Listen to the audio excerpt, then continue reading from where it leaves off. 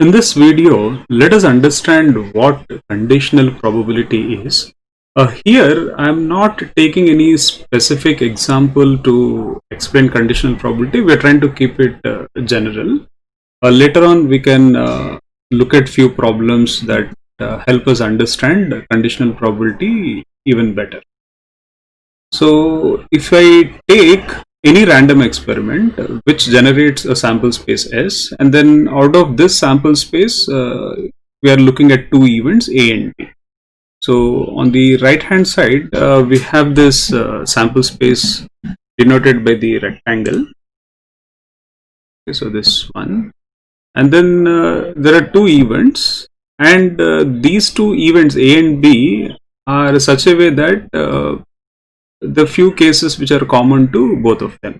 Okay, so now the conditional probability, that the probability of event A given that event B has occurred, is defined by this expression. So let us understand why this is even true.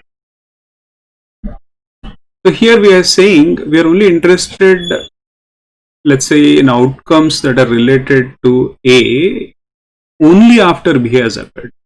So that means we don't have to look at the rest of the sample space. We are like somehow restricting ourselves to the event B.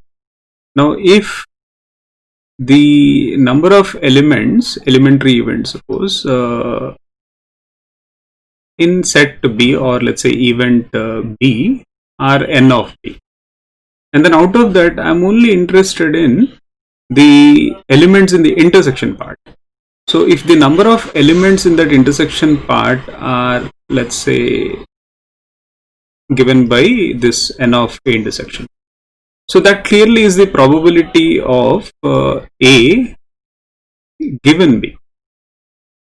Okay, now here the number of elements in the sample space, if I take them and then let's say simply divide both the numerator and the denominator. Suppose if I just simply divide both the numerator with the number of elements in the entire sample space, and even here if I do that, and then we get this relation. Okay, so the probability of event A given B has occurred can be written as the probability of A intersection B divided by the probability of B.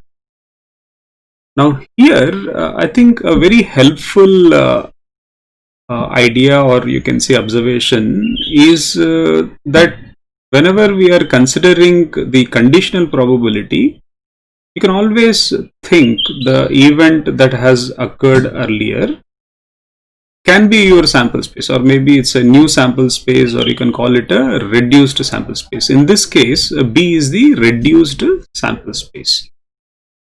And then similarly we can write, if A has occurred first and then we want to know the conditional probability of B given that A has occurred, can be written as probability of A intersection B divided by probability of A.